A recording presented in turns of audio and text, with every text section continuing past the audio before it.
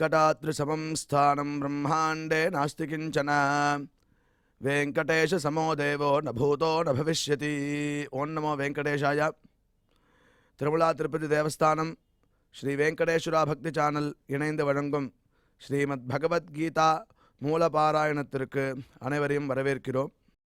மூகம் கரோதி வாசாலம் அங்கும் லங்கயதே கிரிம் யத் கிருபாதமஹம் வந்தே பரமானந்த மாதவம்.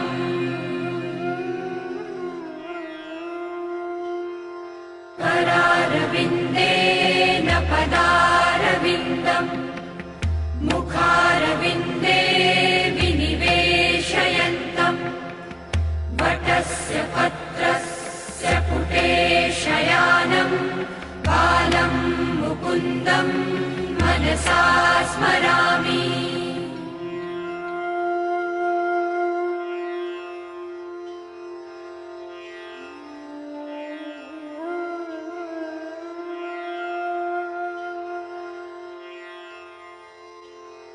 वसुदेवसुतं देवं कंसचाणूरमर्दनं देवकी परमानन्दं कृष्णं वन्दे जगद्गुरुम्. கீதா மாஹாத்மியத்தில் மல நிர்மாச்சலம் பும்சாம் ஜலஸ்நானம் தினே தினே சகர்த் கீதாம்பசி ஸ்நானம் சம்சார மலநாசனம் என்ற ஸ்லோகத்தின் அர்த்தத்தை பார்த்துவிட்டு மேற்கொண்டு பாராயணங்களை துவங்கலாம். நாம் ஒவ்வொருவரும் பிரதிதினம் ஷரீரத்தில் உள்ளதான அழுக்கை எடுப்பதற்கு ஸ்நானம் என்ற கிரியை செய்கிறோம். அதேபோல சம்சாரம் என்கிற மலத்தை அழிப்பதற்கு சகர்த் கீதாம்பசி ஸ்நானம் ஒரு தரம் ஆழ்ந்து இந்த கீதை என்ற நதியில் ஸ்நானம் செய்தோமென்றால் நம்மளுடைய மனோமலமானது விலகுகிறது என்று சொல்லப்பட்டுள்ளது. அவ்வழியில் முதலில் நாம் குரு பிரார்த்தனை மற்றும் சங்கல்பத்துடன் இந்நிகழ்ச்சியை இனிதே துவங்கலாம்.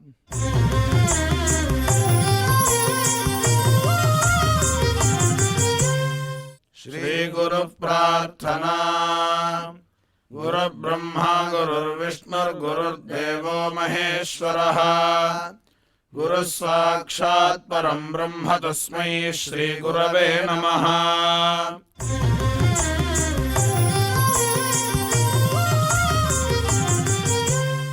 श्रीनिवास प्रार्थना. नमः क्षीराब्धिनाथाय वैकुण्ठाचलवासिने मुकुन्दाय नमो नित्यम् अनन्ताय नमो नमः.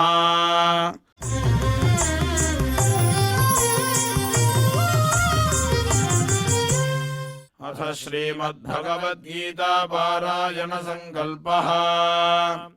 श्रीमदादिवराह क्षेत्रे विराजमानस्य अखिलाण्डकोटिब्रह्माण्डनायकस्य श्रीपद्मावती जानेः भगवतः श्रीवेङ्कटेश्वरस्वामिनः दिव्यसन्निधौ जगद्गुरोः श्रीकृष्णपरमात्मनः अनुग्रहेण समस्तप्रपञ्चस्य विशेषतः भारतदेशस्य उत्तरोत्तर शुभसम्पत्समृद्ध्यर्थं श्रीमद्भारतदेशगता तपस्विजन तपोबलवृद्धिद्वारा समस्तस्यापि मानवसमाजस्य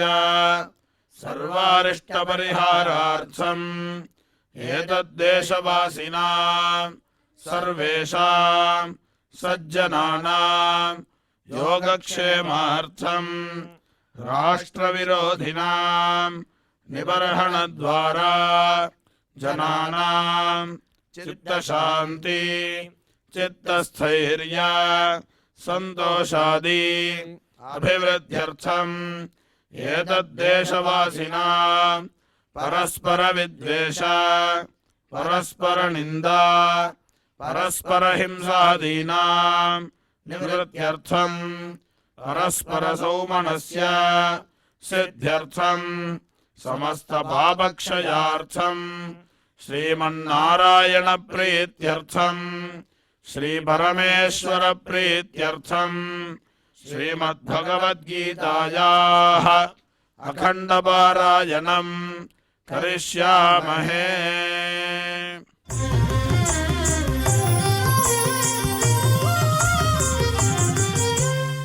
श्रीगीताः प्रार्थना श्रीवत्साङ्गं महोरस्कं वनमाला विराजितं शङ्खचक्रधरं देवं कृष्णं वन्दे जगद्गुरुम्।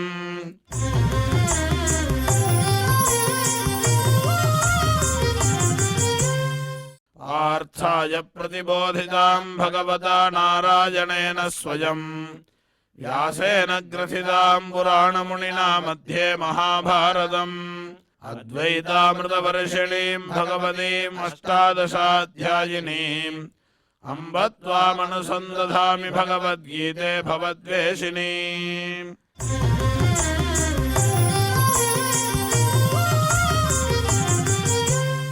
श्रीवेदव्यास प्रार्थना व्यासं वसिष्ठनप्तारं शक्तेः पौत्रमकल्मषम् पराशरात्मजं वन्दे सुगतादन्तपोनिधिम्।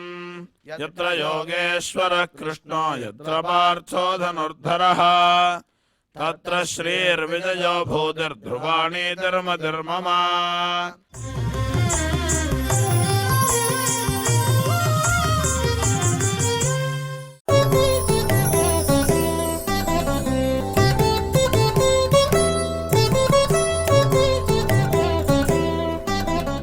शुक्लकृष्णे गतिह्येते जगतः शाश्वती मते एकया यात्यनावृत्तिमन्यया वर्तते पुनः नैते श्रुति पार्थ जानन् योगी मुह्यति कश्चन तस्मात् सर्वेषु कालेषु योगयुक्तो भवार्जुन। இப்பொழுது டாக்டர் உவே அனந்தபத்மநாபாச்சாரியார் அவர்கள் கீதையின் மூல ஸ்லோகங்களுக்கு அர்த்தம் விவரிப்பார். அதை கேட்டு மகிழ்வோம்.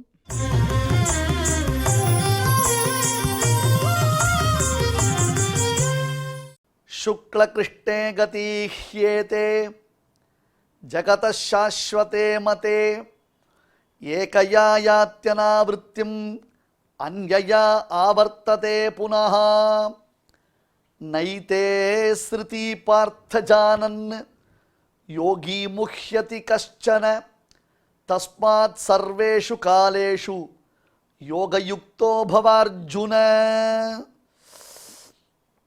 ओम नमो भगवते वेंकटेशाय।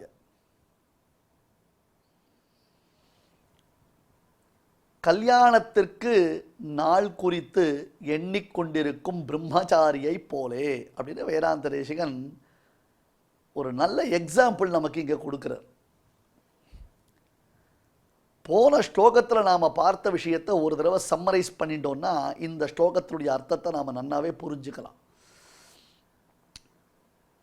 அர்ச்சிராதி மார்க்கத்தில் செல்பவனுக்கு புனராவர்த்தி என்பது கிடையாது. தூமாதி மார்க்கத்தில் செல்பவனுக்கு புனராவர்த்தி என்பது உண்டு.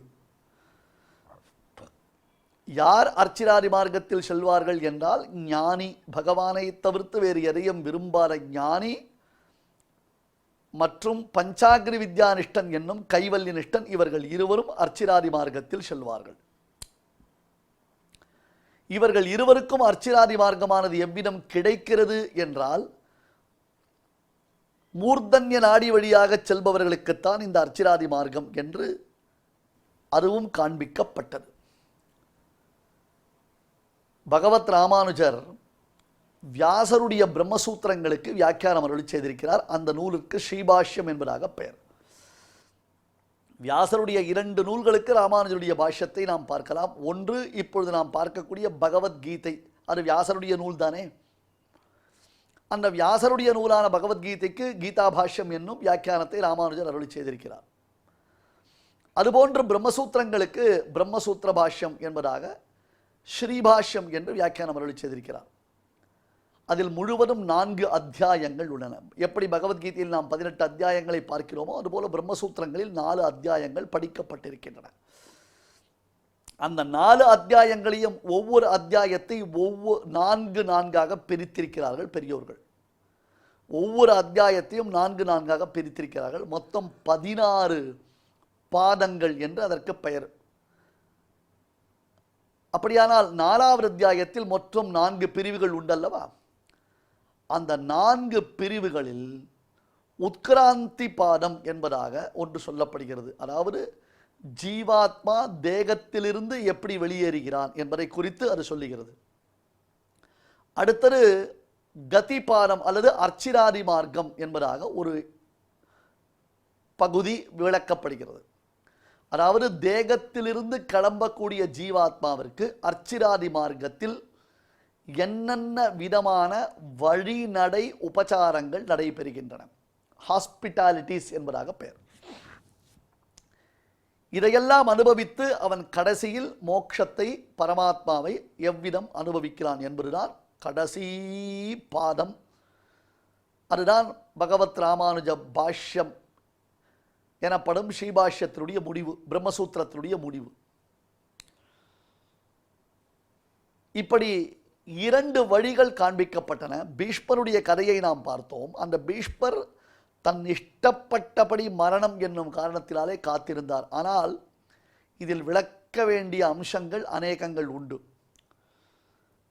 பீஷ்மரை நாம் உதாரணமாக்கி கொண்டு, அப்படியானால் உத்தராயணத்தில் தான் நாம் இறக்க வேண்டுமா, பகலில் தான் இறக்க வேண்டுமா, வளர்பிறையில் தான் இறக்க வேண்டுமா என்னும் கேள்விகள்லாம் வரும். உபாசனை செய்யக்கூடிய, அதாவது பக்தி யோகத்தை செய்யக்கூடிய ஞானியாக இருப்பினும், பிரபத்தி செய்து கொண்ட, சரணாகதியை செய்து கொண்ட பிரபன்னனாக இருப்பினும், அவர்கள் இருவருக்கும் காலம் நேரம் என்னும் எந்த விதமான தடங்கள், ரெஸ்ட்ரிக்ஷன்ஸ் கிடையவே கிடையாது. எங்கு எப்பொழுது எப்படி மரித்தாலும் அவர்களுக்கு மோட்சம் என்பது உண்டு.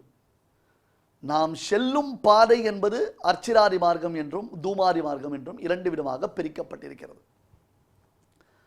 சாதாரண பலன்களை ஆசைப்பட்டு பகவானிடத்தில் அந்த பலன்களை பெறுபவர்கள் தூமாதி மார்க்கத்திலேயே செல்லுவார்கள் என்றுதான் சொல்லப்பட்டிருக்கிறது. புனரப்பி ஜனனம் புனரப்பி மரணம் என்றுதான் அதை சொல்லுகிறோம். அதனால் இந்த 2ஐயும் எப்பொழுதும் ஒருவன் சிந்தித்திருந்தானேயானால் அத்தகையவன் மீண்டும் சம்சாரத்தை அடைய மாட்டான் என்று கண்ணன் கீதையில் உபதேசம் செய்கிறான். அவனுக்கு மோகம் என்பது ஏற்படவே ஏற்படாது. அவனுக்கு குழப்பம் என்பது ஏற்படவே ஏற்படாது. இந்த 2 மார்க்கங்களும் உபனிஷத்தில் நன்கு தெளிவாக சொல்லப்பட்டிருக்கின்றன. ஒன்று அர்ச்சிராதி மார்க்கம், மற்றொன்று தூமாதி மார்க்கம். அர்ச்சிராதி மார்க்கத்தில் செல்பவன் திரும்புவது இல்லை, தூமாதி மார்க்கத்தில் செல்பவனுக்கு திரும்பி வருதல் என்பது உண்டு. சுக்லகிருஷ்ணே கதீஹ்யேதே ஜகத சாஸ்வதே மதே ஏத ஏகயா யாத்யனாவிருத்தியம் அன்யயா ஆவர்த்ததே புனः. சுக்லம் கிருஷ்ணம், வளர் தேய் அப்படி சொல்கிறோம் இல்லையா? சுக்லம் கிருஷ்ணம், அர்ச்சிராதி தூமாதி என்னும் ஏதே கதிஹி, இந்த 2 மார்க்கங்கள் ஜகதா சாஸ்வதே மதே, அந்தந்த அதிகாரிக்கு இவைகள் நிலையானவை என்பது விசேஷமாக சாஸ்திரங்களில் ஸ்ருதி ஸ்மிருதிகளில் நிரூபணம் செய்யப்பட்டிருக்கின்றன.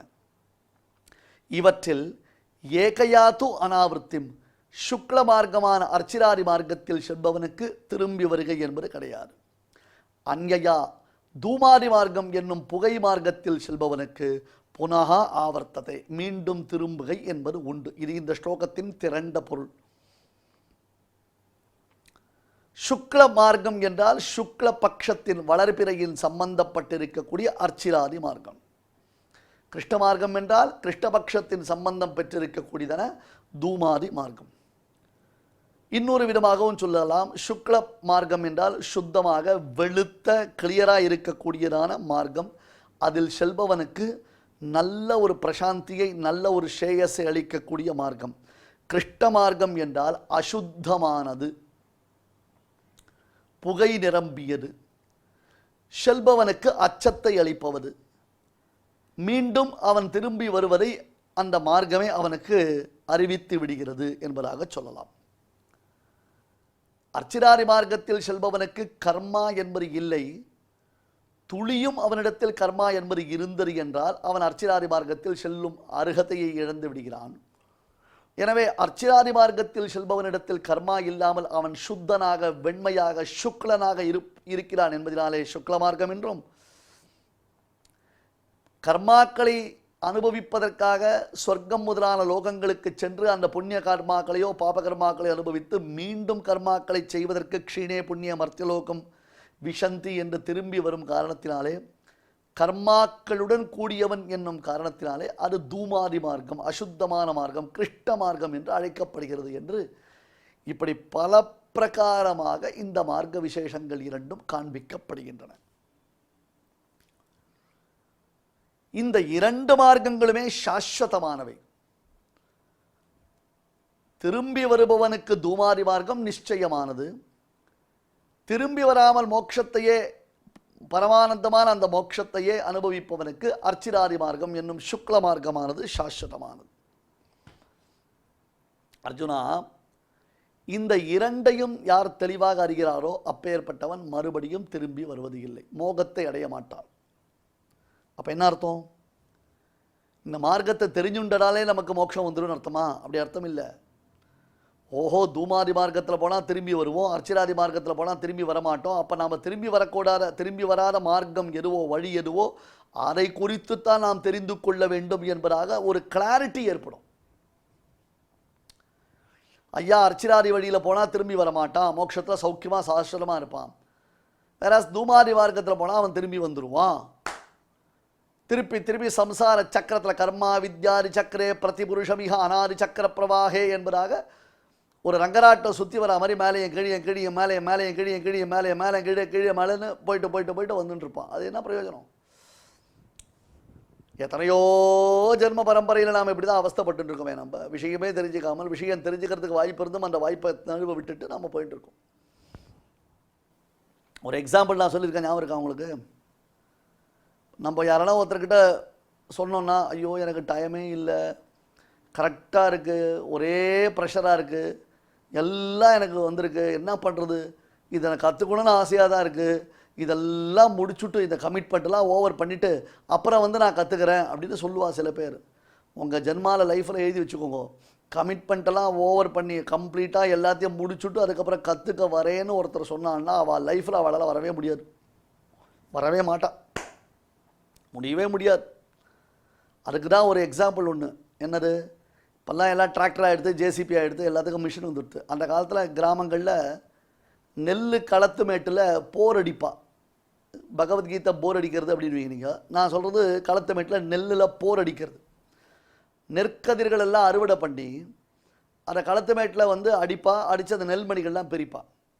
அதுக்கு மேலே என்ன பண்ணுவான், அந்த நெல் அதை வைக்கோலை நல்லா பரப்பி வச்சுட்டு அது மேலே மாடை சுற்றி வர சொல்லுவாள். அந்த மாடு மெரிச்சு வந்ததுன்னா அதுலேருந்து அந்த நெல்மணிகள்லாம் பிரிஞ்சிடும்.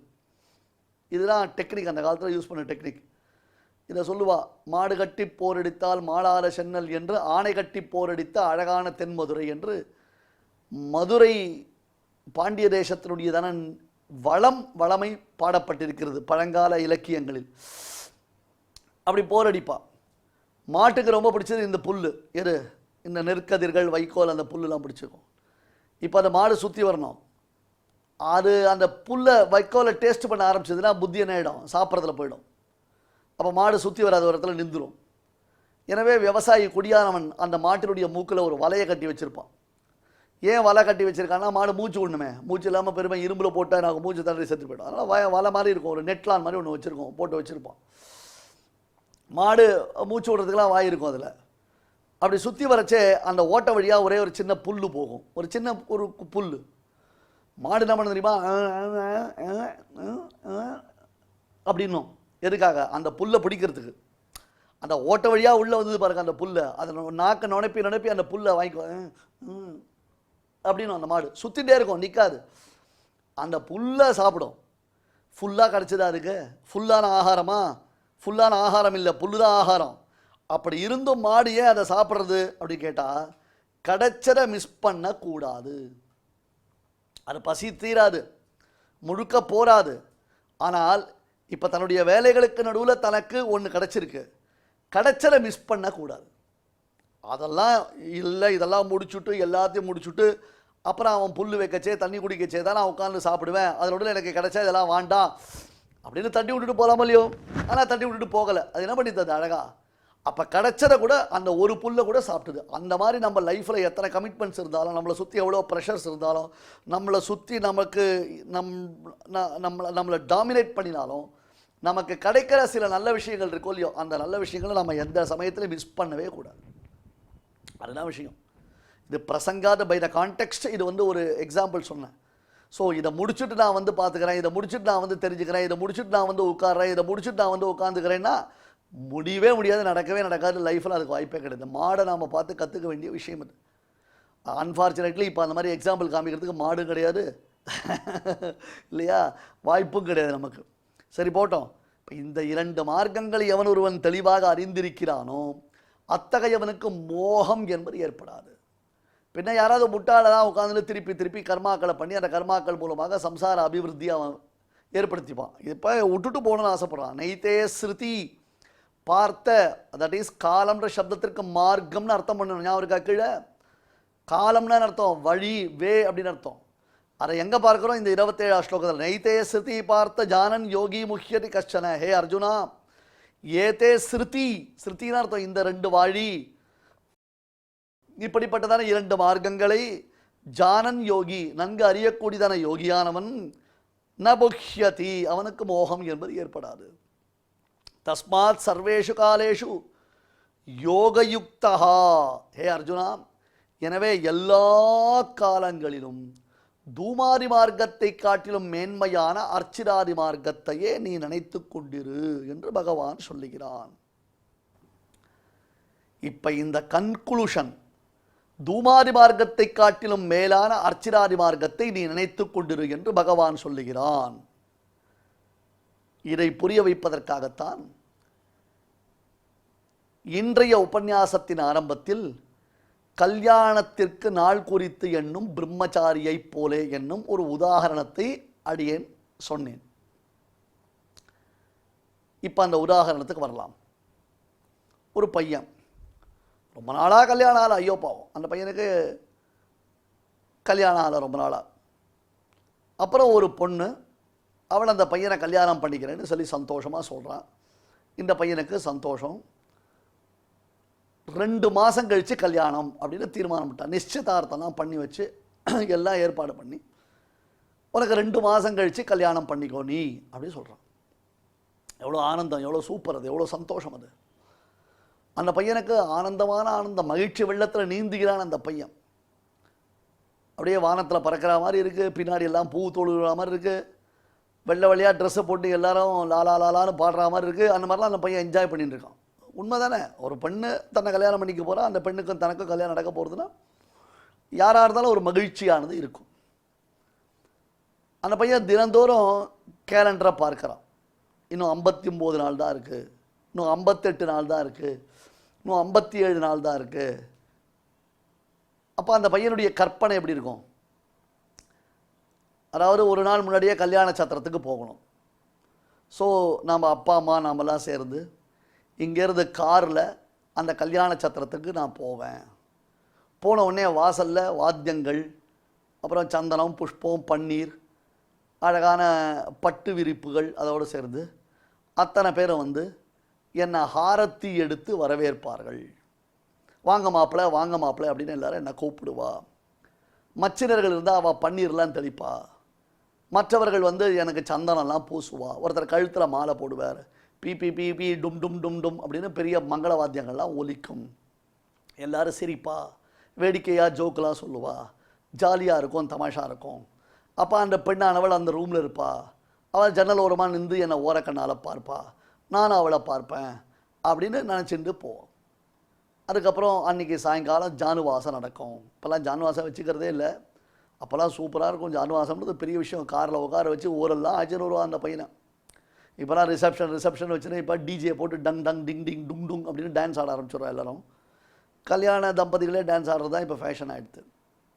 அந்த பையனை ஒரு கற்பனை வச்சு போமே, நம்ம கற்பனைக்கு என்ன பஞ்சம். நம்ம சாயங்காலம் ஜான்வாசம் அழைச்சின்னு போவா. ஒரு பெருமாள் கோவிலில் போய் அங்கே போய் அந்த பெருமாளை தான் சேவிச்சுட்டு அர்ச்சனையெல்லாம் பண்ணிவிட்டு அங்கே உட்காந்து ஒரு நிச்சயதார்த்தம் பண்ணி, இல்லை அங்கேருந்து கிளம்பி ஒரு காரில் உட்கார வச்சு முன்னாடி வாத்தியங்கள்லாம் போக சீர்வரிசெல்லாம் எடுத்துட்டு 2 பக்கம் ஃப்ரெண்ட்ஸ் எல்லாம் கூட வருவா. அந்த ஃப்ரெண்ட்ஸ் எல்லாம் சேர்ந்து ஜாலியாக என் கூட வந்து சிரிச்சுட்டே வருவா, வந்து பார்த்துட்டு கேலி பண்ணிட்டு அப்பையும் அந்த பெண்ணு பார்க்க வைப்பா. அவள் கழுத்தில் மாலை போடுவோம். நான் எதுக்கு இவ்வளோ தூரம் எக்ஸ்பிளைன் பண்ணுறேன்னு நீங்கள் இனிமேல் தான் புரிஞ்சுப்பேன். ஸோ இப்படியாக எங்களுக்குள்ள அந்த ஒரு என்ன சொல்கிறது, அந்த கல்யாணத்துடைய ஒவ்வொரு சீன் பை சீனாக ஸ்டெப் பை ஸ்டெப்பாக இந்த கல்யாண பிள்ளை பிரம்மச்சாரி இருக்கானே அந்த பிள்ளை இமேஜின் பண்ணிகிட்டே இருப்பான். சீன் பை சீனாக ஸ்டெப் பை ஸ்டெப்பாக அந்த பிரம்மச்சாரி அதை இமேஜின் பண்ணிகிட்டே இருப்பான். மறுநாள் கல்யாணம், காரத்தால் எழுந்து 2 பூணல் போட்டுண்டு வேஷ்டி உடிச்சுண்டு என்னுடையதான கர்மானுஷ்டானங்கள்லாம் பண்ணணும். ஒரு மேடையில் என்னை வந்து உட்கார வைப்பா. அந்த பெண்ணு பக்கத்தில் வந்து உட்காந்துப்பா. அவள் புடவை உடுத்தின்னு வருவா. அவளுக்கு திருவங்கலி தாரணம் நான் பண்ணுவேன். ஊரெல்லாம் சேர்ந்து அக்ஷர ஆசீர்வாதம் பண்ணி எங்களை வாழ்த்துவா. எல்லா பெரியவாளுடையதான காலில் விழுந்து நாங்கள் சேவித்து ஆசீர்வாதம் பண்ணிப்போம். இதெல்லாம் ஏன் இப்போ சொல்கிறேன்னா, அட்லீஸ்ட் சொல்லியாரு வைப்போம். நடைமுறையில் வாழ்க்கையில் இதெல்லாம் பார்க்குறது ரொம்ப கஷ்டமாக இருக்குது. இனி வரக்கூடிய காலங்களில் இது எப்படி இருக்கும்னு தெரியாது. ஸோ இதெல்லாம் நம்ம ஊரில் இப்படி கல்யாணம் நடந்திருக்கு அப்படின்னு ஒரு சந்தோஷத்தில் நம்ம பரிமாறிக்கிறதுக்காக சொல்கிறோம். இதை ஒவ்வொரு நாளும் கேலண்டரை கிழிக்க இதை நினச்சி அந்த பிரம்மச்சாரி சந்தோஷப்படுவான். இங்கே ஒரு முக்கியமான பாயிண்ட்டை கவனிங்க. இத்தனை நேரம் கொடுத்த எக்ஸ்பிளனேஷன்லாம் சும்மா ஜாலியாக டைம் பாஸ் மாதிரி வச்சுக்கோங்க. இப்போ ஒரு கேள்வி என்னென்னா, இந்த பிரம்மச்சாரியானவன் இப்படியெல்லாம் நினைத்தால்தான் அவனுக்கு கல்யாணம் ஆகுமா, அல்லது நினைக்காமல் இருந்தாலும் கல்யாணம் ஆகுமா? அன்பர்களே, ரொம்ப சீரியஸாக ரொம்ப ஷார்ப்பாக கவனிக்க வேண்டிய பாயிண்ட் இது.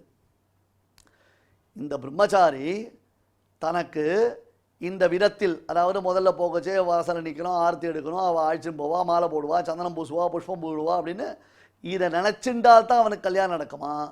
அவன் நினச்சிக்காமலேயே இருந்தாலும் அவனுக்கு கல்யாணம் கன்ஃபார்ம்டா? இதெல்லாம் நடக்க போகிறதா இல்லையா? இப்போ இவன் இமேஜின் பண்ண இந்த விஷயங்கள்லாம் இவன் நினச்சி கூட பார்க்கலை அப்படின்னா அவனுக்கு அது நடக்குமா நடக்காதா? கட்டாயம் நடக்கும். whether he is thinking about it, thinking of it, அதை நினச்சி பார்க்குறான் இல்லைன்றதை பற்றி கொஸ்டின் இல்லை. ஆனால் நிச்சயம் நடக்கும். கரெக்டு தானே? அதே மாதிரி தான் இப்போ நாமெல்லாம் மோட்சத்துக்கு போகிறோம். மோட்சத்துக்கு போகிறதுக்காக அர்ச்சிராதி மார்க்கத்தில் நாம் போவோம். அப்படி அந்த அர்ச்சிராதி மார்க்கத்தில் நாம் போகும் பொழுது முதல்ல அக்னி, அப்புறம் அஹஹா தினம், அப்புறம் சுக்லபக்ஷம், என்ன ஷண்மாசா உத்தராயணம். இந்த தேவதைகள் ஒவ்வொரு டெஸ்டினேஷனில் வந்து நம்மளை ரிசீவ் பண்ணி ரிசப்ஷன் கொடுத்து, ராயல் ரிசப்ஷன் கொடுத்து நம்மளை அழைச்சின்னு போவா என்பதை நாம் தினந்தோறும் சிந்தித்து கொண்டிருக்க வேண்டும். எதை போலே? கல்யாணத்திற்கு நாள் குறித்து என்னும் பிரம்மச்சாரியை போலே. அர்ஜுனா, இதனை சிந்தித்திருப்பவன் மோகத்தை அடைய மாட்டான் என்று கண்ணன் சொன்னான். இப்ப சிந்தித்திருந்தால்தான் அவனுக்கு மோட்சம்ன்றது அர்த்தமான்றது கேள்வி வந்தது. இந்த பிரம்மச்சாரி பையன் தனக்கு இப்படியெல்லாம் ட்ரீட்மெண்ட் நடக்கும், தனக்கு இப்படியெல்லாம் ரிசப்ஷன் நடக்கும்னு யோசித்தால், நினைந்திருந்தால் மட்டும்தான் இவைகள் நடக்குமா? அல்லது அவன் நினைக்காமல் போனாலும் இவைகள் நடக்குமா என்றால், அந்த பிரம்மச்சாரி அப்படி நினைக்காமல் இருந்தால் கூட இவை அனைத்தும் அவனுக்கு நடக்கத்தான் போகிறது. அதே போன்று நாம் மோட்சத்தை அடையும் வழியை நினைந்திருக்க வேண்டுமா? அல்லது நாம் அப்படி நினைக்காமல் இருந்தாலும் நமக்கு மோட்சம் கிடைக்குமா என்றால், நாம் நினைக்காமல் இருந்தாலும் அது நிச்சயம் நமக்கு மோட்சத்தை கொடுக்கும். சந்தேகம் வேண்டாம். கட்டாயம் இதெல்லாம் நடக்கும். எது? ஒவ்வொருத்தர் ஒவ்வொரு டெஸ்டினேஷனில் வந்து நம்மளை ரிசீவ் பண்ணி அழைச்சிட்டு போகிறது நிச்சயம் நடக்கும். சரி, இப்போ என்ன சுவாமி சொல்ல வரீர்னா, ஆனால் இந்த பிரம்மச்சாரி, அதாவது கல்யாணம் ஆகாதவன், அதை ஏன் நினைக்கிறான்? இதான் கேள்வி. அதை ஏன் நினைக்கிறான் அவன்? பின்ன ஒரு என்ஜாய் இல்லையா, ஒரு ப்ளஷர் இல்லையா? அதை நினைக்க நினைக்க ஹாஹாஹா எப்படி இருக்கும் தெரியுமா? அப்படியே இப்பயே அவனுக்கு சந்தனம் பூசுகிற மாதிரி ஆகிடும், இப்பயே அவனுக்கு கழுத்தில் மாலை போட்ட மாதிரி ஆகிடும், இப்பயே அந்த மனைவி பக்கத்தில் வந்து உட்கார்ந்து அவளுடைய ஸ்பரிஷம் ஏற்பட்ட மாதிரி ஒரு கிளுகிழுப்பு ஏற்படுறதோ இல்லையோ? எதனால்? அந்த எண்ணம் தானே, அந்த எண்ணம் தானே. கரெக்டாக நான் சொல்கிறது? அந்த எண்ணம் உனக்கு ஆனந்தத்தை கொடுக்கறதோ இல்லையோ? நீ என்னலனாலும் உனக்கு நடக்க போகிறது, பட் ஆனால் நீ எண்ணி பார்த்து கொண்டே இருந்தாயானால் உனக்கு எவ்வளவு ஆனந்தமாக இருக்கு. இந்த காலத்து ஒரு எக்ஸாம்பிள் சொல்லலாமா? அமெரிக்காவுக்கு விசா அப்ளை பண்ணி எதிர்பார்த்து கொண்டிருக்கக்கூடியதான ஐடி எம்ப்ளாயி போலே சொல்லலாமா இல்லையா? அவனுக்கு விசா கிடச்சிடுத்து, விசா கிடச்சிடுத்து, இன்னும் ஒரு மாதத்தில் நீ அமெரிக்கா போகணும் அப்படின்னு கன்ஃபார்ம் ஆகிடுத்துன்னா, இங்கேருந்து போகிறேன், சிங்கப்பூர் வழியாக போகிறேன், ஃப்ராங்க்ஃபர்ட் வழியாக போகிறேன், அங்கெல்லாம் போனால் என்ன கம்பெனியில் வரவேற்பா, அந்த ஏர்போர்ட் அப்படி இருக்கும், அந்த ஏர்போர்ட்டில் பார்க்கச்சா ஆச்சரியமாக பிரம்மாண்டங்கள்லாம் இருக்கும். நான் போன உடனே இங்கேருந்த கம்பெனியில் எனக்கு ஒரு பெரிய கெஸ்ட் ஹவுஸ் கொடுத்துருப்பா, அது கம்ப்ளீட்டாக இண்டிவிஜுவல் ஹவுஸு, நான் போய் அதில் செட்டில் ஆக போகிறேன், லட்சமாக பணத்தை சம்பாதிக்க போகிறேன், நிறைய ஆனந்தமாக என்னுடைய லைஃப்பை லீட் பண்ண போகிறேன் நினைக்கிறோமோ இல்லையோ? நம்ம அந்த ஒரு மாதம் அவன் ட்ராவல் பிளான் எப்படிலாம் யோசிக்கிறான்? அப்பா கண்ணா நீ யோசிக்கிறனா கூட உனக்கு நடக்க தானே போகிறது அப்படின்னாலும் யோசிக்கிறோம். எதுக்கு? ஒரு ஆனந்தம். அதே மாதிரி தான் நாம் இந்த பிரபத்தியான பிறகு அல்லது பக்தி யோக நிஷ்டன் எப்படி வேணா வச்சுக்கோங்க, மோட்சத்தை அடைவதற்காக அல்லது நாம் மோட்சத்திற்கு செல்லும் மார்க்கம் இருக்கிறது, வழி இருக்கிறது, அதை எப்பொழுதும் சிந்தித்திருக்க வேண்டும். ஏனென்றால் அது ஒரு அலாதியான ஆனந்தத்தை நமக்கு அளிக்கும். அதுக்கு என்ன பேரு? கதி சிந்தனம் என்பதாக பெயர். கதி சிந்தனம்னா அர்ச்சிராதி மார்க்க சிந்தனம். அர்ச்சிராதி மார்க்கத்தில் நாம் செல்வதை நினைத்து நினைத்து ஆனந்தப்படலாம். இதனுடைய அனுபவம் ஏற்பட்டதுன்னா மற்றொன்றை விரும்புவோமோ? தூமாதி மார்க்கத்தை விரும்புவோமோ? தூமாதி மார்க்கத்தில் புத்தி போகுமோ? அதில் போகணும்ன்றதுன்னு ஆசை வருமோ? வராதோ இல்லையோ?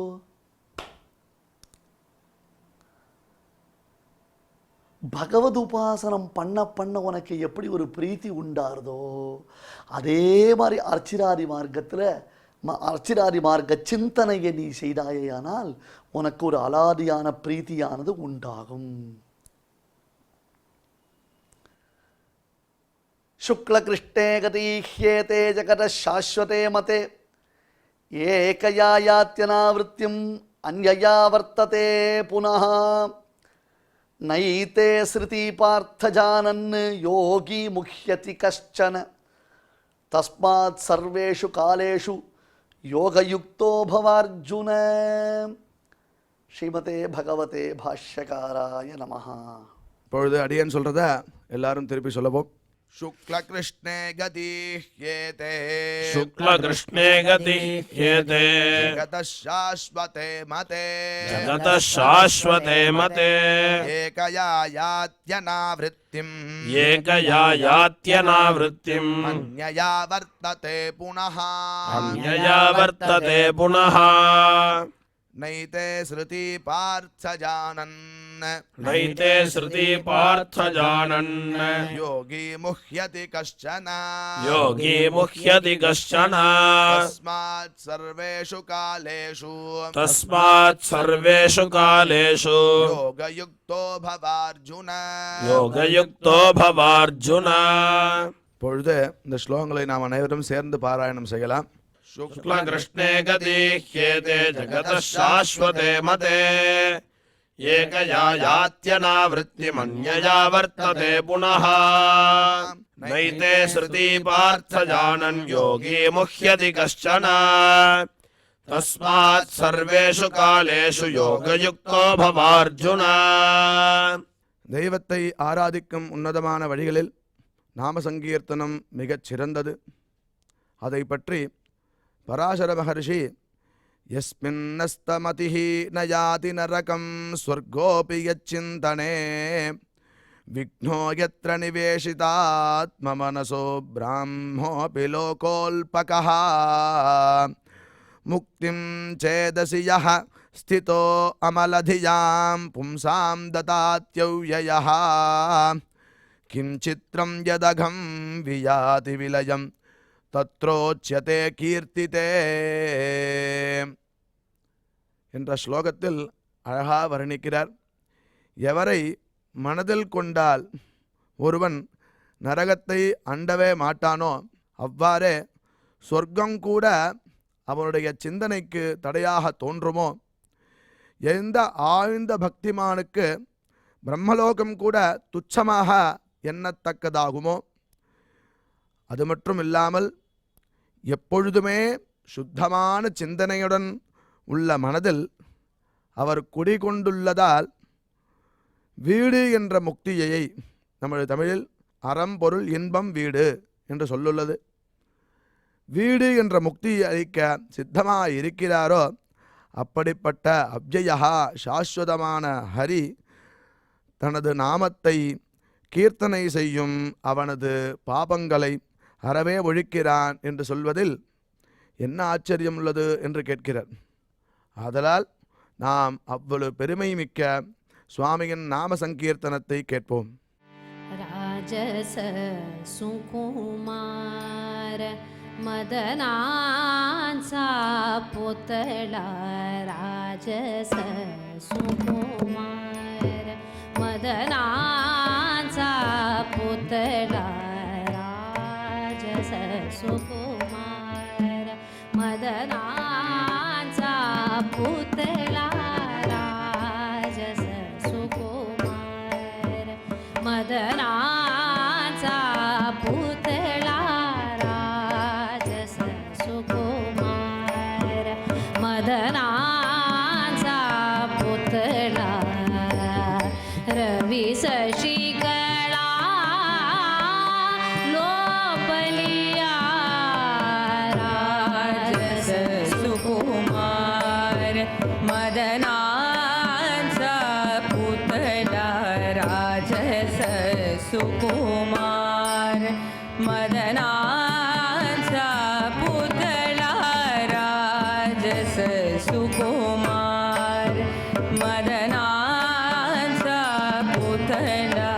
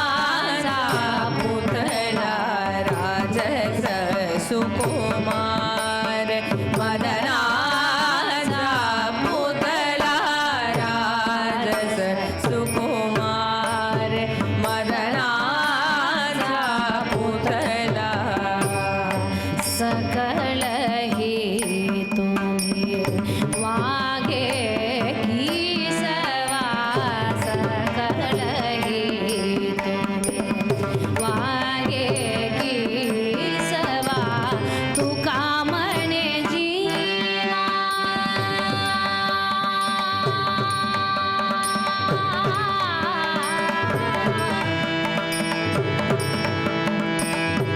तुका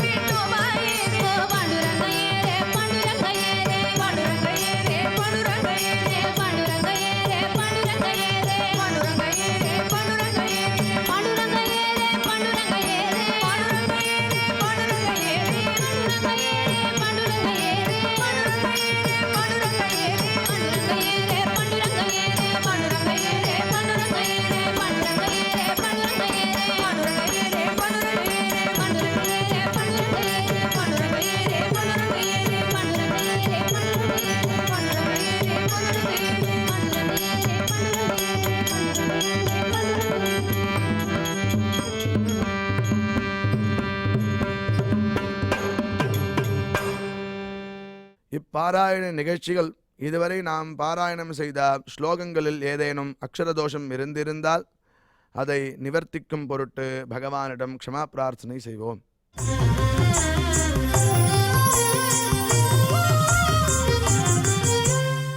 अथ क्षमा प्रार्थना यदक्षरपदभ्रष्टं मात्राहीनं च यद्भवेत् तत्सर्वं क्षम्यतां देव नारायण नमोऽस्तु ते।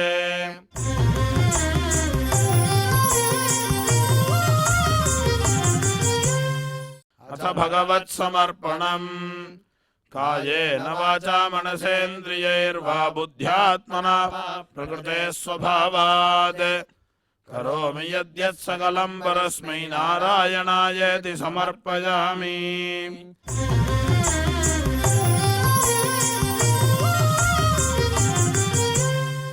अथ लोकक्षेम प्रार्थना सर्वे भवन्तु सुखिनः सर्वे सन्तु निरामयाः सर्वे भद्राणि पश्यन्तु मा कश्चित् दुःखभाग् भवेत्. சுவாமியின் கிருபை நம் அனைவருக்கும் கிடைக்க வேண்டி மங்களாசாசனத்துடன் இன்றைய நிகழ்ச்சி நிறைவு பெறுகிறது. இதே நிகழ்ச்சியில் நாளை மீண்டும் சந்திப்போம். ஓம் நமோ வெங்கடேஷாய.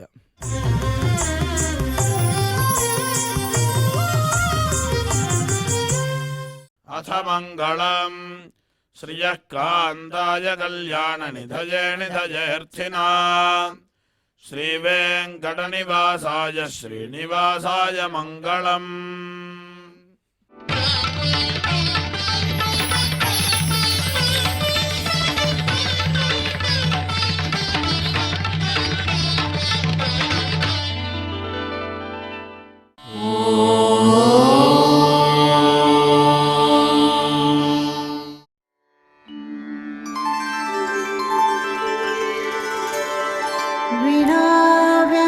विनाव्यङ्कटेशं ननाथो ननाथः सदा व्यङ्कटेशं स्मरामि स्मरामि हरे व्यङ्कटेश प्रसीद प्रसीद